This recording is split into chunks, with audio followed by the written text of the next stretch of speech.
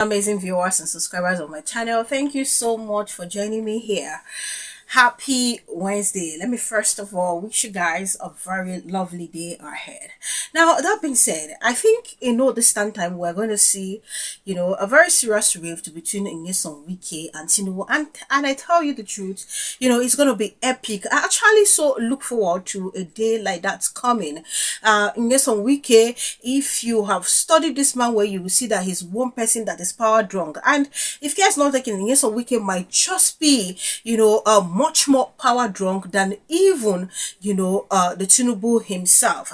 Now, if you recall, WIKE sealed up the PDP office in the Federal Capital Territory, not just the PDP office on the FIRS, I think NAPTIP or not whatsoever, these agencies had their and political party had their offices sealed up because of ground rent payments. And then afterwards, Tinubu gave the order that the office of the PDP should be open. Now, he gave a 14-day ultimatum so that the PDP can pay up. But WIKE still went ahead, according to reports going around, to still seal up the place, even after a presidential order from his boss. So don't come. Now tell me, WIKE, as they go like this, I still remember the words of WIKE in, I think that was in April 2025. In one of his interviews, he was saying something like, who is Tinubu without me? I be who is Tinubu if I know this? Something like that, something in that line. And if it continues like this, I'm telling you, there's going to be a big problem between him and Tinubu. So even though I know they use each other anyway, and I so look forward to such a thing happening. So I'm going to be reading part of the report, because even the Damago that has always been the side of WIKE and still on the side of WIKE spoke up after their secretariat was sealed up by WIKE. So I'm going to I show you the speech of Damago reacting to it, read that part of the report. But before I get to do that, let me quickly take you to this video where Orji Kalu, has come out to describe Nigerians as being lazy. Hey, God, no, not so far. So a video of him went viral yesterday when he appeared, at the house with the campaign shirt for Tinubu, vote for Tinubu or whatsoever 2027 written as a text on the fabric he was putting on. And then he got to talk to the media. These people don't really start campaign. I will just take you through the video and then we'll be back. Mr. President policy might not be walking down the line. People are still suffering. Yes, I agree that. But it started trickling in on the macro level, that's on the upper level, not on the lower level. So I'm hoping that in the next 2-3 years, the policies of Mr. President will trickle down and Nigerians will appreciate what Mr. President is doing. Since 1960, I'm not a sycophant. This is first president. I have tank farms. This is first president that stopped subsidy. This is first president they matched the $2. That is why we are suffering. Because Nigerians are not used to working hard. We are used to getting cheap money. People sleep in their houses and use telephone and get dollar and sell it at very high rate. People sit in their houses and use their tank farms and collect paper and they make money. But this is one president who have said, if you are ready to make money, make it the right way. If you are not ready to make money, you leave it. So I don't think, moreover, they have to vote for him because, you see, President Tinubu is not going to be a president voted by the South alone. He will be a president that will be voted by North and South. And it's also for the interest of everybody. First off, Orji Kalu needs to go and understand what he's talking about, because I don't understand this. The first president that merged the $2. I don't really understand. I'm just trying to understand all this, because as today is so now, the naira just the dango. Today you see it at 1.5, tomorrow you see it at 1.6, next tomorrow. I'm telling you, you just seen it. And with this one, Tinubu is busy borrowing loan up and down that they are not going to use it to do something that is visible for the citizens to see. We might just end up seeing dollar again skyrocketing to 2,000 if care. is not taken. Please, he really need to explain to Nigerians what he meant by the first president that merged the $2. Dollar no go there for 1,500 and something naira, and then you have these people jubilating that Tinubu is working, or that the naira has been strengthened. How much did they meet the naira before it got to the point where it is? How much? So I don't know what he's talking about. So he really need to come and address that one. And then you said Nigerians are lazy.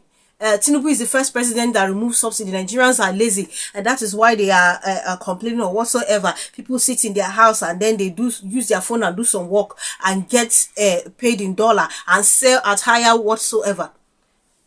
Thank God he said people sit in their house and work. Now that is online job. So there is no way somebody will be doing online job and you tell the person that the person is lazy. How can the person be lazy when the person is seeking for daily bread every day? Even the lights to use to create the content that he said they are lazy, they just sit in their house and pick their phone. Then they see him, despite the high tariff they pay, then they see him. Do we even see it? He's talking about Nigerians being lazy, Tinubu removing subsidy. Who are the people benefiting from the subsidy scam? Who are those benefiting from it? Not be the same them. Is it not the same them that are holding political positions? I've been at the common man where the thing where they remove the affect. Now them they benefit. Even now that the subsidy has been removed, has been claimed by these people. And then there was no measure put in place. We have the price of fuel the way it is now. Nigerians know they survive. But how long will Nigeria continue to bear the brunt of the wrong decisions or the wrong policies made by these people? How long? Okay, they removed subsidy about 2 years ago now. And the next thing that followed was, intense hardship on citizens. And then all of a sudden, all those years, you did not think about it, that you needed to cushion the effects. All of a sudden, you want to go and borrow billions of dollars in 3 different currencies. And part of what you want to use it for is to cushion the effect of the subsidy. Now you won't cushion the effect. That is why I tell you, these people don't have anything to offer. This is another avenue to loot that money. You know the most annoying part of all this, is the fact that I see them doing this campaign every single day, rubbing it on the faces of Nigeria when it is even against the electoral law. And the INEC is busy acting like they are not seeing all these things. I'm not saying the fabric he's wearing, he doesn't have any right for any text to be imprinted on those fabric. That's his choice. But how about the video that's saying there's no need voting for him? That's him campaigning for Tinubu already. And every day we see the APCs doing campaign. Billboard littered everywhere. Since last year, we don't see this thing. It can't worse this year. And then you have the INEC acting like they are not seeing this thing. This thing not be against their law. Is it not against the electoral law? That we are in 2025, and since 2024 we've been seeing campaign, endorsing here, endorsement there, endorsement there. I don't care who endorse. If Nigerians want to fight with their blood, we want to fight with our blood and our sweat, no matter how all those foolish lots endorse, this person will not go anywhere, and nothing will happen. If Nigerians decide to stand up, fight with their sweat and blood. You can't sit there, all of them, they sit there, they collect fat money. Somebody claim he's collecting over 14 million naira, how many million naira minus allowances every month. And then he still complain that the money is too small. And you sit there with your stupid face, corrupt entity, and tell individuals who are working hard on daily basis that they are lazy. Do you know how this family survive? Do you know how they toil to put bread on their table? Now then they benefit from the subsidy. As they remove the subsidy, then they benefit. The subsidy scam who they talk about since, it is still amongst them that they eat, that they finish this, they loot the money. Now still them. Not be laziness they wanna. Why still have people steal people money? The one that looted the state dry has the mouth to talk. Because we're in Nigeria where they award you for stealing. If he's not lazy, why you looting state dry? Not be saying you no go work so much. Not be saying you no go work so much. I sure don't blame these people, sha. I don't blame them at all. And Nigerians now I blame. Until the day we go ready. Thank you so much. Please do leave your opinion in the comment section. Now I'm hearing that part of the report being carried out by one of the media houses with regards to WIKE, disobeying Tinubu's order. It says that despite President Bola Tinubu's intervention temporarily halting the selling of property belonging to individuals and agencies accused of non-payment of ground rent in the Federal Capital Territory, FCT Minister WIKE has been accused of shunning the directive and disrupting operations of Federal Inland Revenue Service. Arabinri Aderonke, the technical assistant on broadcast media to the FIRS chairman, Zach Adedeji, accused FCTA officials of causing mayhem at the FIRS headquarters on Tuesday. Miss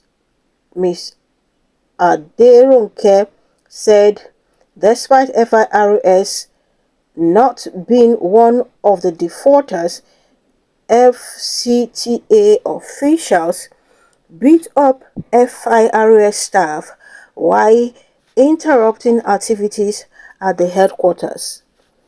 Despite PBAT's order directing FCTA to give 14 days grace to defaulters, although FIRS isn't a defaulter, FCTA returned to FIRS headquarters to cause mayhem. Mrs. Aderonke wrote on X, "My colleague SA protocol to FIRS chairman was beaten by an officer of NSCDC with bruises and blood all over his body." Now, which kind hellhole we dey like this? To the point that you inflict injury on someone. Now, let me take a few social media reactions. The hustler saying, "I just love how everything is unfolding at J. Now, WIKE go later commander Yaribanza from power, make una no worry." And then we have Chima saying, "If Tinubu eventually enters second term, now at that time, he go show WIKE Pepe. He's just tolerating him to use him to rig election." Mike Flo saying, "Servant is becoming bigger than the master. Little by little, problem is coming." Mo saying, "If Tinubu succeeds to rig himself back, WIKE will regret a lot." We have Dizzy Zeus saying, "When you put who pass you for your government, he go believe saying him fit do anything."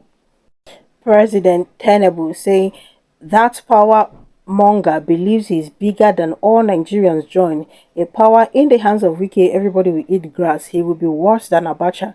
And then we'll have Kid Zidon saying, "LOL, Tinubu will know for waka on his own. How you will take stand WIKE, LOL, aftermath of when you vote rubbish." As you can see, we just adjourn our meeting for today, tomorrow, 10 o'clock. This meeting is going to continue. We just set up a small committee that will give us a report tomorrow morning, and we'll continue and we'll address you properly by the time we conclude our meeting tomorrow. And I want to use this opportunity to tell you that you can see, I'm sure you are aware that our office has been sealed. Yes. This is the height of irresponsibility from this government. If they are encouraging it, we are not going to take it lightly. In fact, they can come and arrest all of us. We are ready for that. But we condemn this in totality, and is the highest sense of irresponsibility, and we will not tolerate it. They are trying to mar democracy, and this is unacceptable. We condemn it, and we will make sure that they will have us content in the near future. Thank you. Now, I'm not saying that, the faulters' actions should not be taken against him. But to the point that inflict bodily injuries on individuals, I think that's a no-go area for me. No, that's a no-go area. Whether it's PDP, whether it's FIRs, whether it's any other person, individual or agencies, if they are supposed to pay for the ground rent fee or whatsoever they call it, then they are supposed to pay. In fact, when I even heard of the stuff, the one that even made me laugh is even the FIRS. And I'm like, these people are here pressing the neck of Nigerians when it comes to tax and all that. So why can't they even pay their own ground rent? And then they came up yesterday, I saw a report, I think it's on Sahara, saying where they dropped some documents and said they pay that they are not owing and all that, something like that they are even requesting, or they've been requesting for receipts, which I want to find it very difficult to even believe. Like, you don't pay since how many years and they never give you receipt? I'll be waiting. What are you trying to say? But that aside, what I'm saying is, if they're supposed to pay up, please, they should pay up. And also on the side of the FCT minister, the FCTA ability they call them, please, it doesn't call for inflicting injuries on individuals. The WIKE himself that went as far as shunning the order of his oga. How can you be under Tinubu and you want to be shunning Tinubu's order? How? It's not as if the order is like, go and kill someone. I'm giving these people 14 days. For the 14 days, let them be. It's as simple as ABC. I tell you the truth, Nyesom Wike is more power drunk than Tinubu. Or maybe, this is my opinion, or maybe he isn't more power drunk, but I sure do know that Nyesom Wike is power drunk. Because the way he talks, bragged about the whole thing, do you know who I am? Whatever a governor can do, even I as FCT minister can do it. He now sees the FCT as a state. Even though the Nigerian constitution does not see the FCT as a state. So, Nyesom Wike is just another power-obsessed individual. Tinubu, yes, they power obsessed, but it's just that Tinubu's way of doing it, I don't know how to describe it. It's kind of subtle. You would think he's not interested, but he is actually interested. And I tell you the truth, these two individuals, their end, it go dey catastrophic. Their fights, go dey epic. Now, it's a one to watch out for. Nyesom Wike's mouth, no dey close. So he's going to diverge a lot. A lot. I know a lot of people still believe that why Tinubu left Nyesom Wike is so Nyesom Wike could help him with the Federal Capital Territory and the river states. Hence all this wahala we are seeing so. Anyway, I'm just seated here quietly, waiting the day that they will start, showing the dirty linen outside. Thank you so much. Please do leave your opinion in the comment section. Kindly subscribe to my channel if you haven't done so. Click on the notification bell the moment you subscribe. That's where you get to know as soon as I upload video. Thank you guys. I'm super grateful for all the love. I'm super grateful for all the support. See you guys in my other videos. Have a bubbly Wednesday.